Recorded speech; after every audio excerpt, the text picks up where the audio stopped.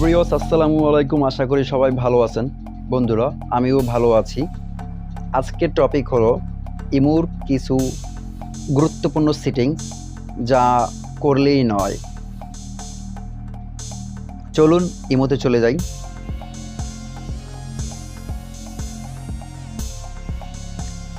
ইমোতে আসার পর বন্ধুরা, আমাদের অনেকেরই ইমো হ্যাক হয়ে যায়, তা আমরা অনেকেই বুঝতে পারি না। কীভাবে বুঝবেন আপনার ইমো হ্যাক হয়েছে কিনা সেটা বোঝার জন্য আপনাকে সেটিংসে যেতে হবে। সেটিংয়ে যাওয়ার পর অ্যাকাউন্ট সিকিউরিটি এখানে ক্লিক করবেন। ক্লিক করার পর ম্যানেজ ডিভাইস এখানে ক্লিক করবেন। যেরকম আমার ফোনে নাম আসছে, যদি ওইভাবে আপনার ফোনের নাম আসে, তারপর যদি আরও অন্য ফোনের নাম আসে, তাহলে বুঝবেন যে আপনার ইমো কেউ ব্যবহার করতেছে।